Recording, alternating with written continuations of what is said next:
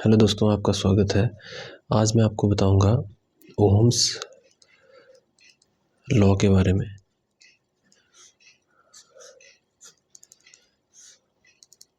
Ohm's law क्या होता है और ओहम्स लॉ की एप्लीकेशन कहाँ पे होती है, आसान भाषा में आप सीख सकते हैं। तो ओहम्स लॉ जो था वो जॉर्ज सीमन ओहम एक फिजिसिस्ट थे जर्मनी के, उन्होंने दिया था। ओहम्स लॉ जो है वो डीसी सर्किट्स में एप्लीकेबल होता है। तो सबसे पहले ये पता कर लेते हैं। सबसे पहले हम ओहम्स लॉ किसने दिया था? जॉर्ज सीमन ओहम, जो क्या थे? फिजिसिस्ट थे। ठीक है, इन्होंने इस लॉ को डिफाइन किया था और इन्होंने करंट और वोल्टेज का रिलेशन निकाला था। तो ओहम्स लॉ होता क्या है? ओहम्स लॉ ये बोलता है कि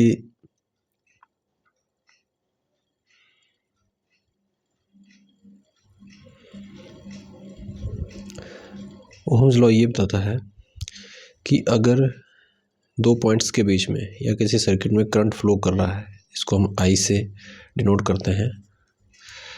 अगर किसी सर्किट में करंट फ्लो कर रहा है, सर्किट आपको पता है क्या होता है? ये हमारे पास पॉइंट ए है, इसके बीच में हमने लोड लगा दिया है, रेजिस्टेंस, और ये ए है, ये बी पॉइंट है इसका। अब इन दो पॉइंट्स के बीच में अगर करंट फ्लो कर रहा है,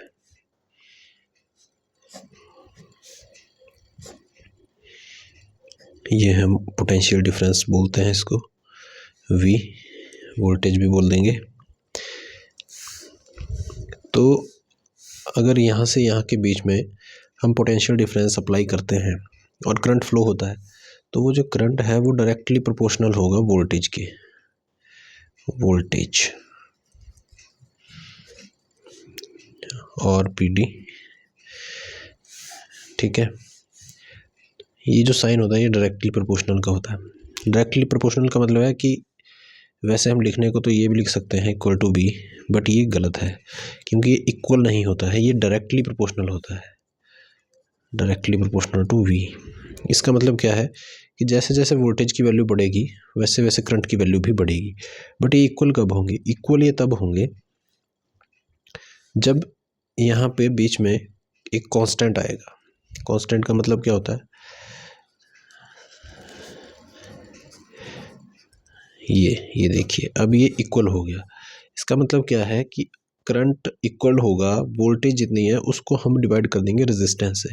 रेजिस्टेंस क्या होती है? जैसे ये लोड है तो इसकी एक रेजिस्टेंस होगी, तो अगर हम उसको डिवाइड करते हैं रेजिस्टेंस से तो वो आपको एग्जैक्ट वैल्यू इसकी आ जाएगी। इसको हम ऐसे भी लिख सकते हैं, V is equal to IR,